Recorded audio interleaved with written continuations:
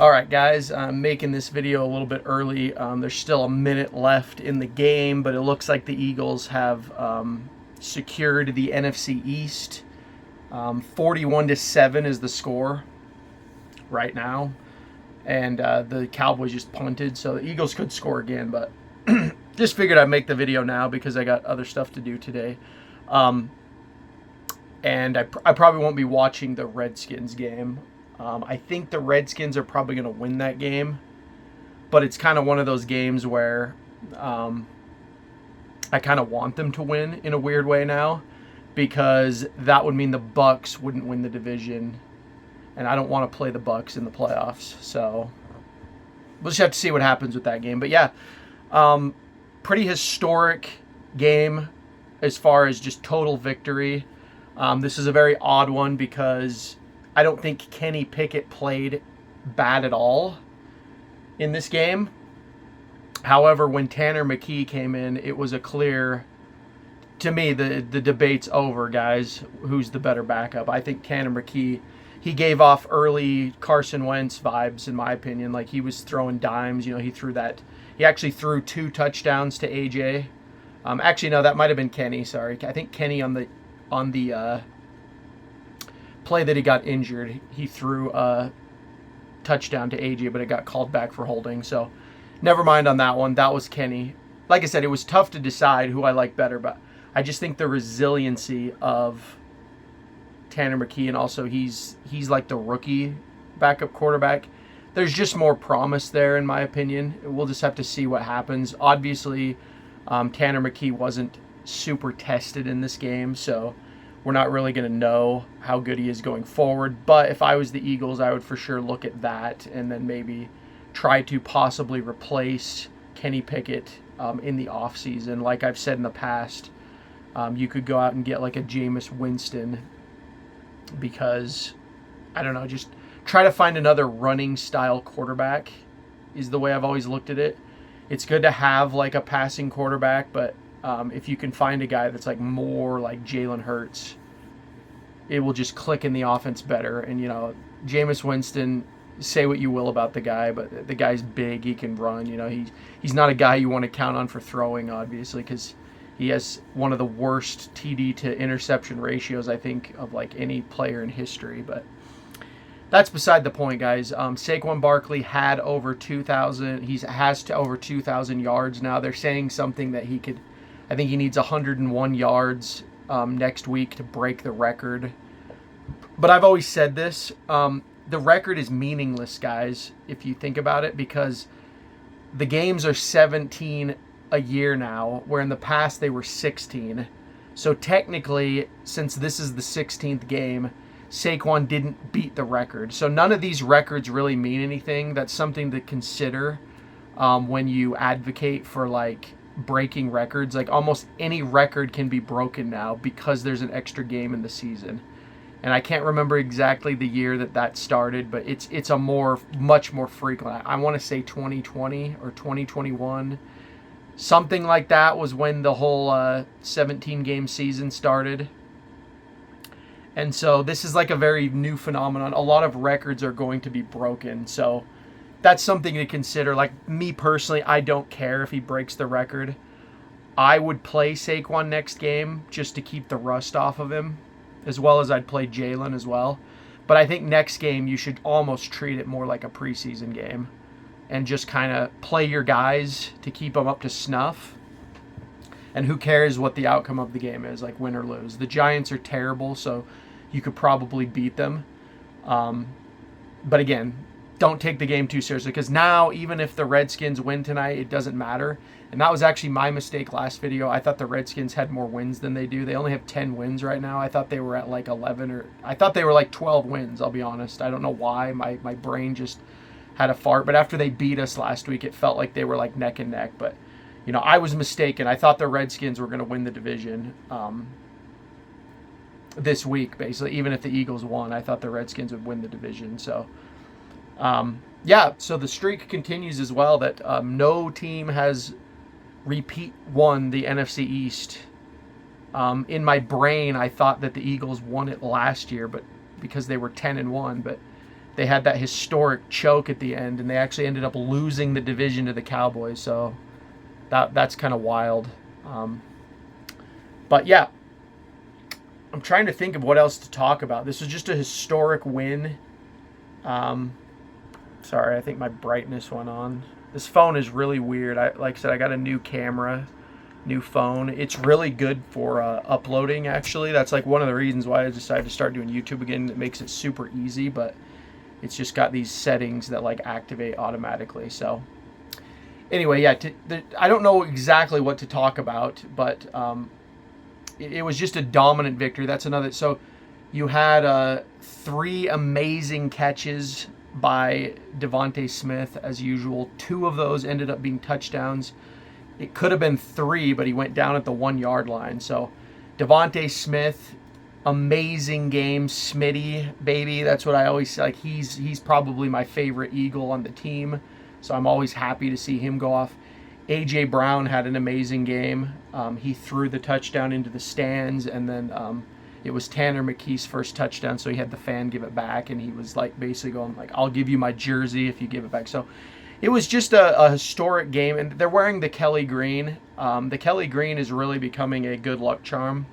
The Eagles are now 4-0 in Kelly green, but it always seems like there's like an extra spark when they wear it now, which is completely counter to what it used to represent. Like I didn't watch the Eagles obviously back in those days because I was too young, but a lot of the older Eagles fans that I've talked to said that Kelly green reminds them of losing. And so it's good to see them, revitalizing this and making it more of a winning memory in modern times, because they seem to just really get that extra spunk. I don't know how to explain it. The closest game we came to losing was that Jaguars game this year, but even that game, it ended up being crazy at the end and just a great win. So obviously the Bills game last year, that was probably the best game of the year. That was right before the Eagles imploded, actually. And so they've just had great luck wearing the Kelly green. I really like seeing it. I'm obviously more of like a midnight green guy. Like I think this is the best. It's like the reason I became an Eagles fan, but I'm just really enjoying I'm thinking too that there's like lots of sorry, I think the flash just came on again. I'm just going to turn this off, actually. I think that there is opportunity for the Eagles to wear a lot of different retros as well, is what I'm starting to think, because Kelly green is like more of a 90s, like Randall Cunningham thing. They could wear the like Vince Papale Eagles, it's like a Kelly green style jersey, but like a darker shade of green. And then another one that a lot of people forget is the I think it's like late 1960s, early 1970s Eagles. I always forget the guy's name. The guy that they traded from the Rams. I completely forget it. I actually, Oldies Geek will probably remind me who that name is if he watches this video in the comments. But the white helmet with the green wing, like they could do all of this stuff and it'd be fun to see. So I think the Eagles should consider that. Wearing different alternates other than the Kelly green. Obviously the Frankfurt Yellow Jackets as well. Michael Vick and Shady McCoy back in the day wore that, but we've only seen that one time.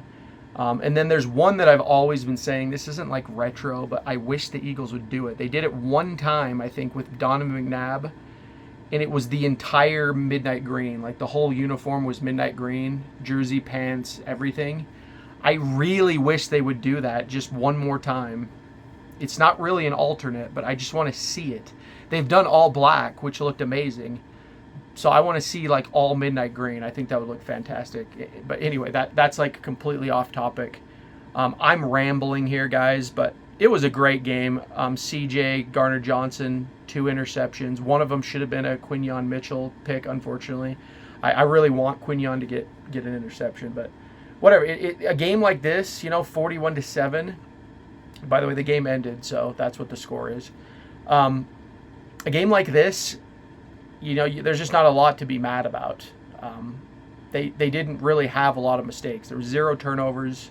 Kenny Pickett had a rushing touchdown. Like just all around, it it was like an Oprah game, you know. It was like you get a PlayStation, you get a PlayStation, everybody gets a PlayStation. It was that kind of game. So I've got really nothing negative to say about it. The Eagles are 13 wins now, and I don't really care what happens next week at this point. It's just going to be a fun game to watch, and then we're probably going to play the Redskins in the first round. I'm sticking to that prediction. I think that we're going to have to play the Redskins. It's going to be a revenge game, which that one is just going to be insanely good to watch. And you know, we'll see. My whole NFL is rigged still stands, because that's going to be a game that I think comes down to who the refs want to win, essentially. I don't think it's going to be a blowout either way, is what I'm saying. So it's going to come down to flags. It's going to come down to penalties, just stupid things like this, and we'll just have to see what happens. But then it's one and done, man. If the Eagles lose that'd just be a tragic way to end the season. But I think the Eagles can beat the Redskins in the playoffs. And then, like I said, if the Falcons lose today, the Bucs win the division, I think is what it is. I don't know who the Bucs play. I think the Bucs play the Saints for the last game. They've already been swept by the Falcons. So the Falcons have to lose for the Bucs to win the division. But if the Bucs don't win the division, I think they'd still be a wild card.